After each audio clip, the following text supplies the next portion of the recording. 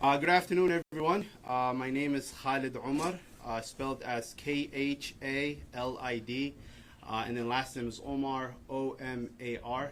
I'm an organizer with Isaiah and Faith in Minnesota. So we're here with our neighbors today to... We have it louder, please. We can't hear you back here. Oh, okay. We're here with our neighbors. Yeah, we're here today. Yeah, I'd like to.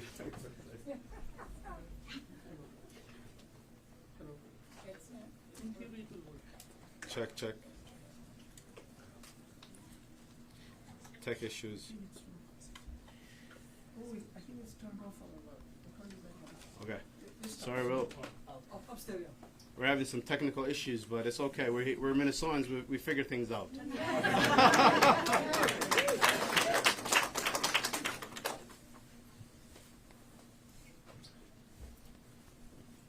We were going to be 2 minutes early, so now we'll be on time. Oh, now we'll be on time. That's good.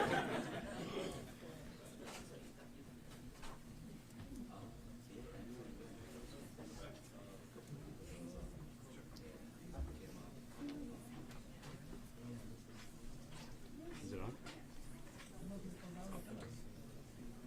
The range might be too far. See if you can turn that one on. It's on.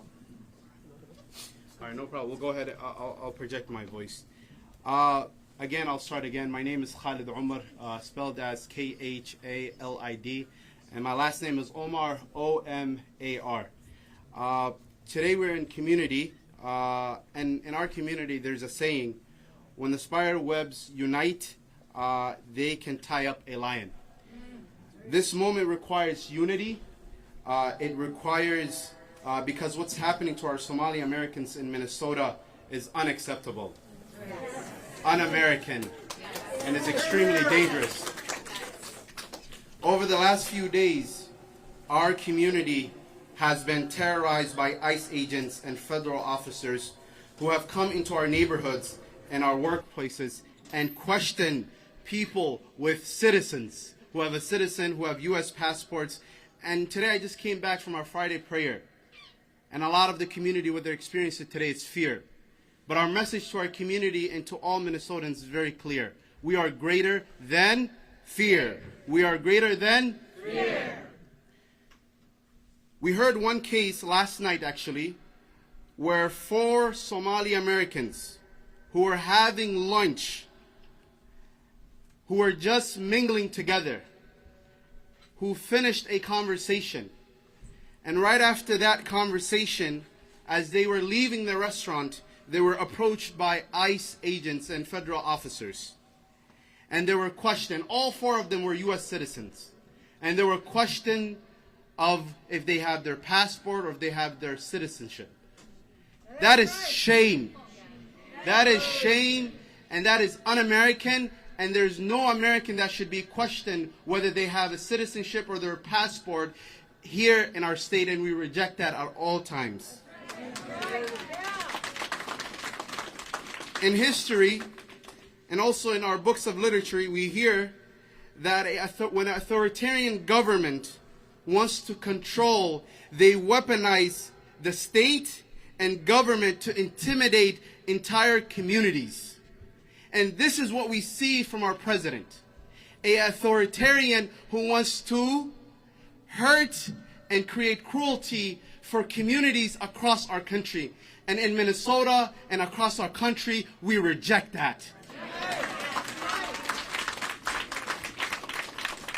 And here in Minnesota, we know who we are. Is that right? And we know who our neighbors are. Is that right? Somali Americans are part of this fabric. They are our educators. They are our doctors. And they are our children who are going to these public schools, and we don't accept anyone to tell us we're not Americans because we know who we are. Is that right? We are Americans and we don't accept that. And here in Minnesota, we care for one another. And when one of us gets stuck in the snow, what do? We push them out, we get them out of the snow. That's what we do in Minnesota. And also in Minnesota, we're also Vikings fans too. Even when they're having the most difficult times. Because what we know as Minnesotans, just as we stand up for the Vikings, we stand up for our neighbors. Our country is at a moment in history right now. We're at a moment where we have to decide who we are as a country. And here in Minnesota and here in this room, we are deciding that we are here for our neighbors and we are here for all Americans.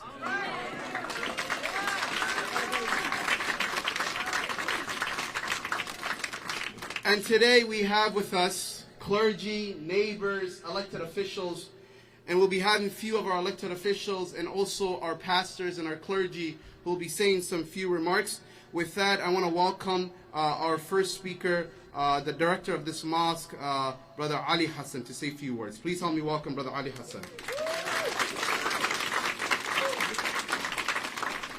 Thank you for everyone for being here. My name is Ali Muhammad, first name A-L-I, last name O-H-A-M-E-D. Thank you for coming here. What Trump said is a bigotry, racism, Islamophobia. The words of Trump, President Trump, cannot divide us. We are united, we are more stronger than that. So please, thank you for your support. Thank you very much for being here.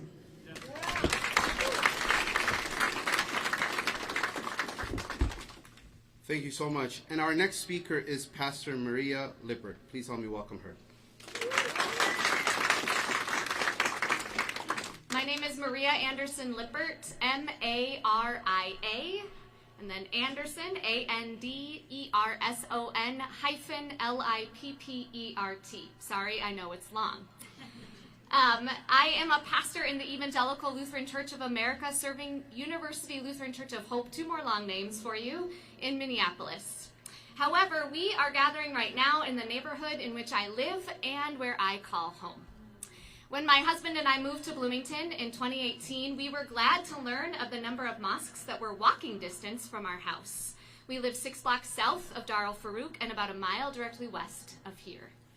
We intentionally chose to live in this community with our Somali neighbors because our differences and our diversity make our community stronger, more resilient, more loving, and the best place, and I mean that the best place to raise our children. People who are Somali have been a part of my midwifery team when I had my kids.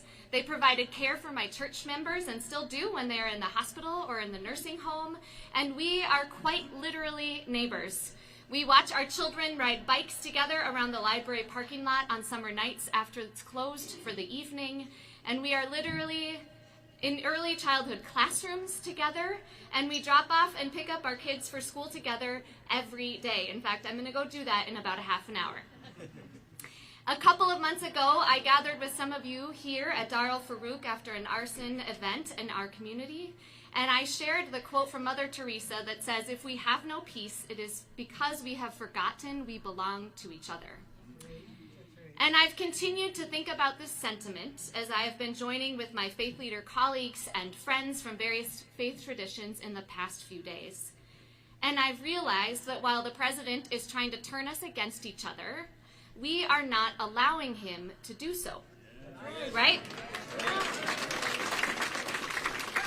And while it is a very scary time and the threats in our communities are real, we together do have peace because we have not forgotten that we belong to each other. That's right. I look around this room and I see friends and I see neighbors. My promise to you, my Somali neighbors, is that we will not forget. We are with you. My congregation and community is with you because that is what our Christian faith demands of us. Right. We belong to each other, and we are not going to let racist language or ICE or anything else cause us to forget that. We have peace, and together we are greater than fear. Right. Thank you for being my community.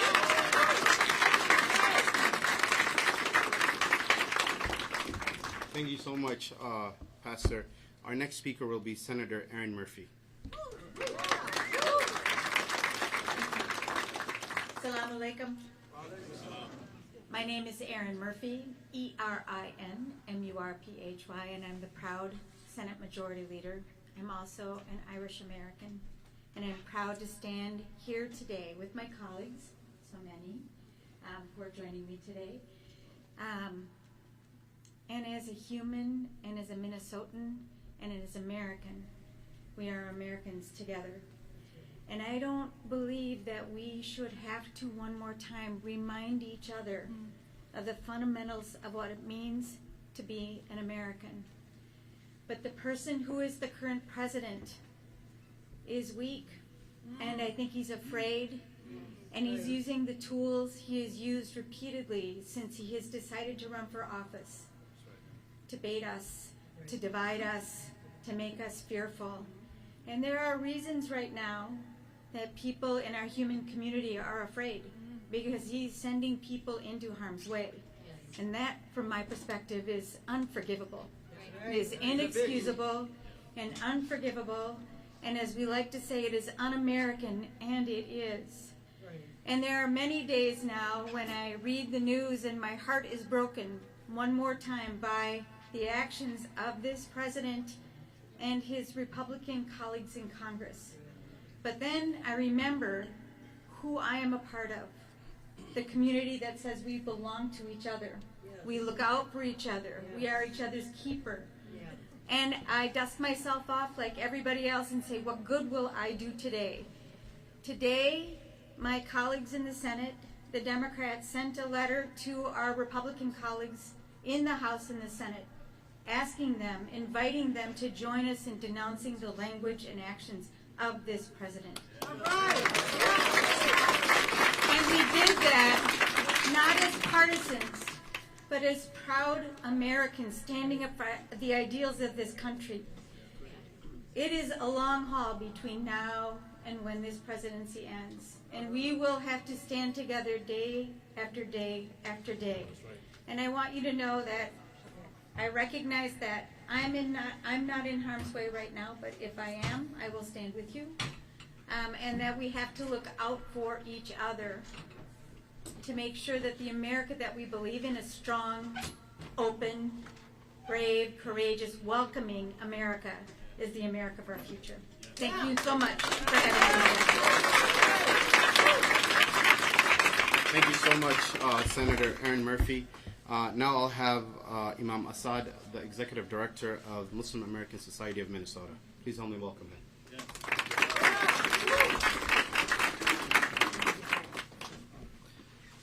Assalamu alaikum, greetings of peace. I want to begin by sharing a personal reflection. I am an immigrant. I am what I call an American by choice. I chose to come to this country because it was the shining city on the hill. It was the country of freedom.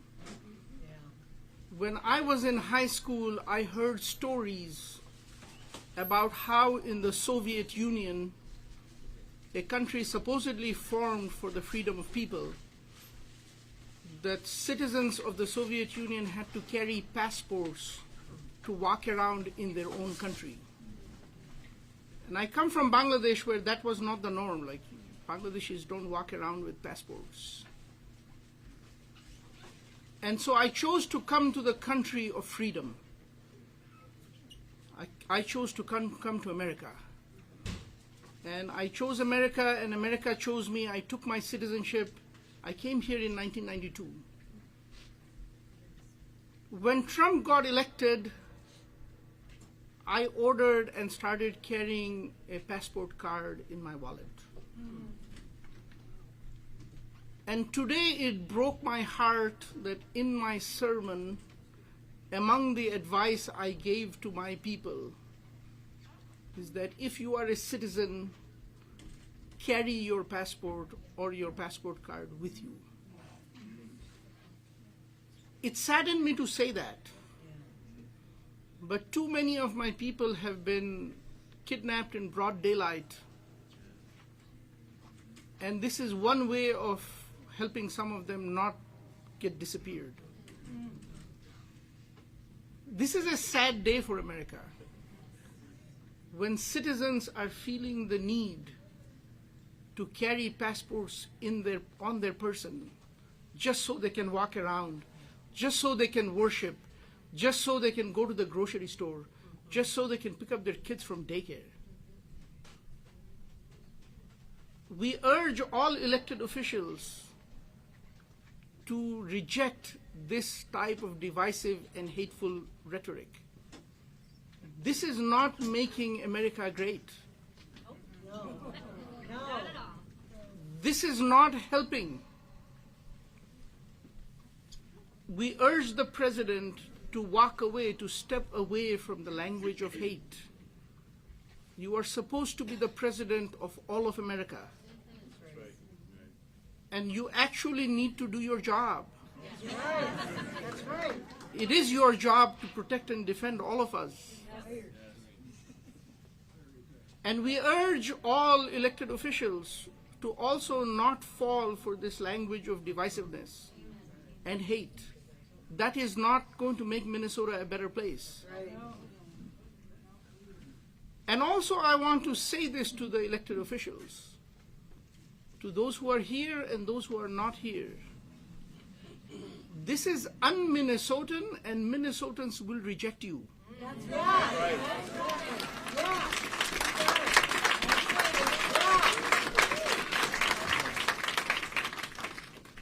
This here is not the kingdom of Trump. That's right.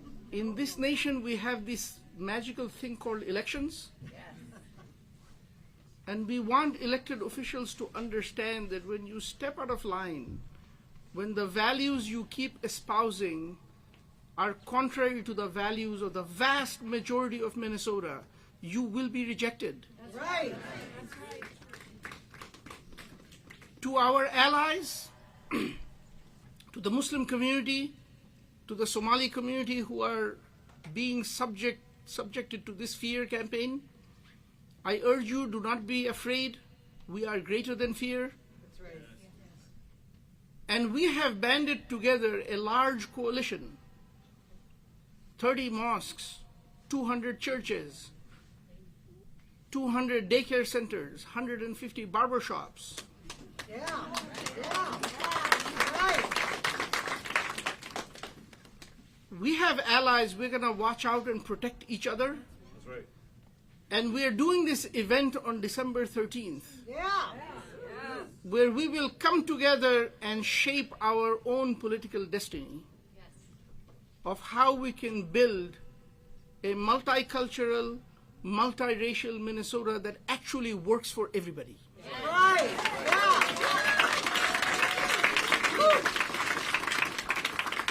I urge you to join this inclusion movement, this inclusive movement. Thank you very much.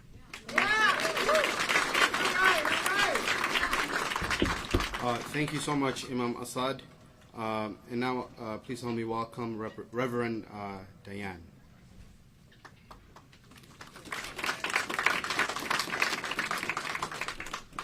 Good afternoon. I'm Reverend Diana McLean, DIANA-MC-L-E-A-N, and I serve as minister of the Minnesota Valley Unitarian Universalist Fellowship here in Bloomington. One of the foundational beliefs of Unitarian Universalism is the inherent worthiness and dignity of every person. Every person, no exceptions. It does not matter what your race, religion, or immigration status is, you are sacred just as you are. No human is garbage, despite the appalling rhetoric of the president. That's right. When the President of the United States uses hateful language about our Somali-American neighbors, my faith calls me to respond with love, with a clear message that our Somali-American neighbors are beloved members of our community, and that their lives, your lives, are every bit as important as anyone else's.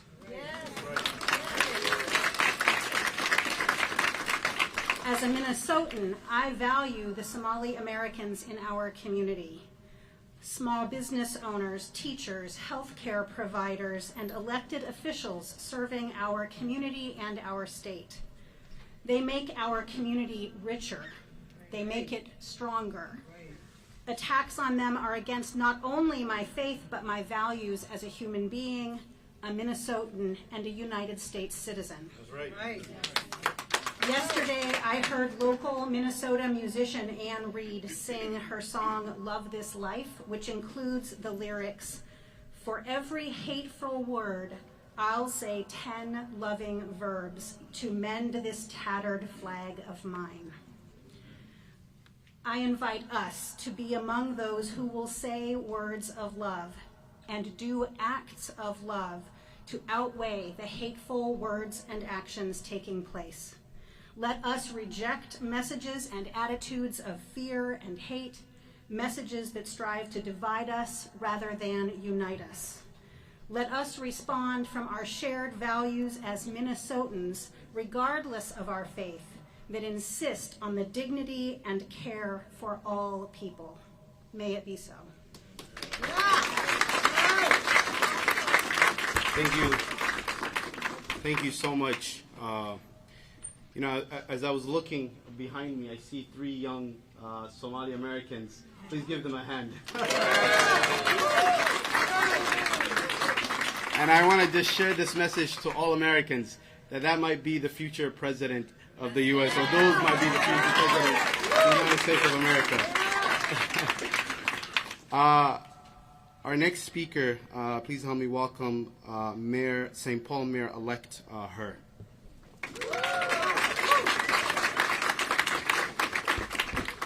Good afternoon. You know, what has been happening across our country and our city weighs so heavily on my own heart, because I came to this country as a refugee, and I became naturalized as a citizen when I was in middle school, and my parents became American citizen. And we took that oath very seriously. And throughout my time being in this country and loving this country and calling this country home, I have watched communities, families get torn apart. I started going to ICE check-ins with people with removal orders back in May of this past year already, and watching how he has systematically targeted our immigrant and refugee communities. That he came after my Southeast Asian community back in June and July. Then we saw him move on to other communities, the Karen community, and now our Somali brothers and sisters.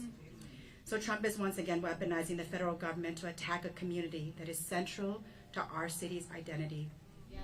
Right. I will not allow St. Paul to be used to indiscriminately advance his divisive and hateful agenda against the immigrant community under the guise of legal proceedings. That's right. To the Somali community, this news is scary. I will always be in your corner, and that support will never be undermined. I want you here, and you belong here. That's right. I will stand with our community advocates and fight for our Somali, Karen, Southeast Asian, immigrants and refugees everywhere from all communities that this administration is targeting. St. Paul will not be a partner, silent or otherwise, to these attacks. I stand with you, and I will always be with you. Thank you. All right.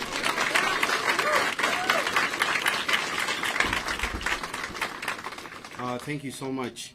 One thing that I forgot earlier to share was that yesterday a mother was sharing with me that her children were asking her, "Mom, do we have to carry our passport and our citizenship to school?"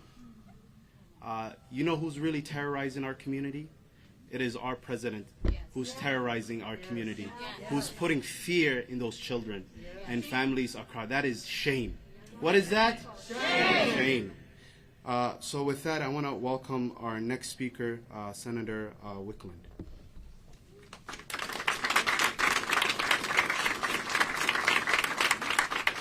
Thank you. My name is Melissa Wickland. It's W-I-K-L-U-N-D. I am the state senator, and I have the privilege and honor of representing this part of Bloomington in the Minnesota Senate. And I am so happy to be here today to stand in solidarity with my neighbors, my Somali Minnesotan neighbors, all of my neighbors in Bloomington, Richfield, and Minneapolis, and share that we will not be made afraid of these actions, and we will stand up for our neighbors and be there for them in their time of need.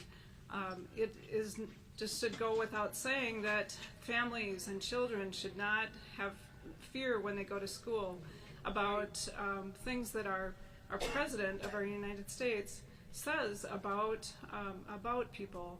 They shouldn't feel fear. They shouldn't feel afraid. They should be free to belong, just as all the students in the schools. So I am very concerned about how things are going, but I am heartened by the support that we see in our neighborhoods, and I see it across Bloomington. I'm very appreciative of the support that my neighbors are showing, and I will continue to stand up and show that we are better than this. I'm proud to be a citizen of Bloomington. I'm proud to be a Minnesotan, and I'm proud to be a Minnesotan with Somali-American neighbors as well. So, thank you.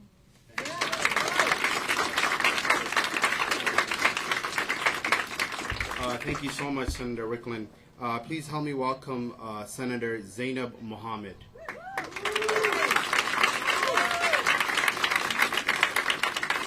Thank you, Khalid. Assalamu alaikum. Assalamu alaikum. It is wonderful to be here with all of you, and thank you to our neighbors for showing up. This is what Minnesota looks like. That's right. That's right. That's right. And I think what we've learned the last few days, weeks, the last long 10 months is that Donald Trump wants us to hate our neighbors. Yeah. And in Minnesota, we're showing absolutely not. That's right. We will not be divided. That's right. We are not afraid of each other. And we are not afraid of Donald Trump. No. We are not afraid of Donald Trump. No. He's a bully. That's right. That's right. And speaking of bully, Somali-Americans make up about less than 90,000 here in Minnesota. And across the country, less than 200,000. This is a tiny, tiny community. And this is the most powerful man in the world who's choosing his next target. Yeah. It starts with us, but it will not end with us. That's right. This is political theater, and it's a waste of taxpayer money. That's right. What we know over the last 3 days since they've been here, is this. They've deployed hundreds of agents, not just in the Twin Cities, but across the state of Minnesota. No. Because Somalis don't just live in Minneapolis and St. Paul. Yeah. We live in rural America. Yeah. We are your farmers. Yeah. We live in the suburbs. We live in the Twin Cities. This is our home. And they've only picked up 12 people. Out of those, only 5 are Somali. It is what we have always said. The target is not us, because we are American citizens. Yeah. We are naturalized citizens. Norwegians have been here 6, 7 generations. Somali Minnesotans have been here 2, 3 generations. Yeah. That's right. This is home. Yeah. Right. Yeah. This is their home. Yeah. Right. And so thank you for being here. And thank you for showing up the last few days. What we are telling our community is carry your passports. My mother called me the other night because my older brother is a truck driver, and he is a United States citizen like everybody else. And she's like, he needs to carry his passport. You need to tell him. And so I'm telling my family, I'm telling my friends, I'm telling my community to carry their passports, because what we are dealing with is not law enforcement that wants to carry out immigration policies. They are not here to enforce laws in this state. They are here to be bullies. That's right. They are showing up with unmarked cars. Yes. They are not identifying themselves. They are not. They don't have any judicial thing to show why they're here. They are bullies. They are thugs. Yeah. Thugs are not allowed in our community. Right. They're thugs. And Somali Minnesotans are powerful. We are the economic engine of this state. Minnesota would not be able to survive, let alone thrive without us. Yeah. And I know right-wing media has been picking that up, so eat that up again. Anyway, thank you for being here. We are all in this together, but just remember, this is not a fight with Somali people. This is a fight against all of our communities. And it's important that we stick together, because united, we are so much more stronger. That's right.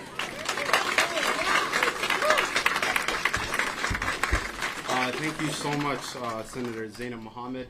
Now I want to welcome Representative Nathan Coulter.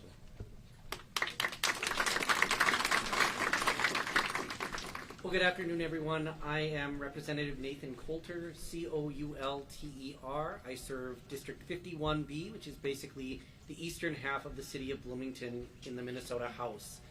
And I am, as you can probably tell, recovering from a cold, so my voice is a little bit weak, but I want my point to be extremely clear.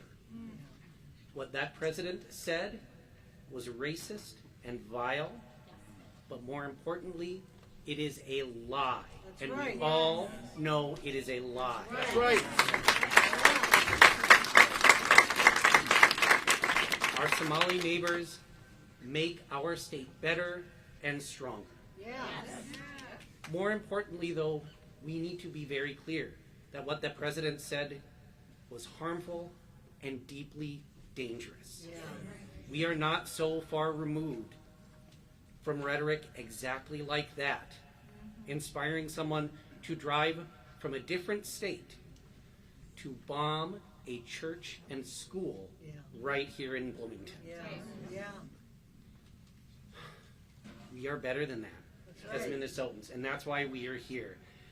And I think, for me, at this time of year, the saddest irony of all of this is that folks of my own faith tradition are preparing to celebrate Christmas, which is at its heart a story of a family of political migrants fleeing a would-be despot. That's right. That is not who we are. We will stand together. I am so proud to be a lifelong resident of Bloomington and a lifelong resident of Minnesota. I am so proud to be here with my neighbors and to call this wonderful, incredible group of people my neighbors. Thank you all so much. Thank you so much. So, to close this press conference, I just want to say one thing.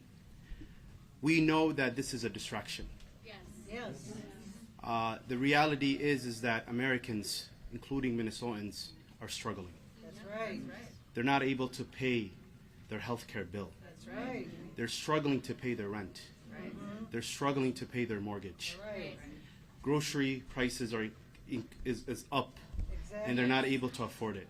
Exactly. Minnesotans and Americans across the country are struggling with their lives. Yeah.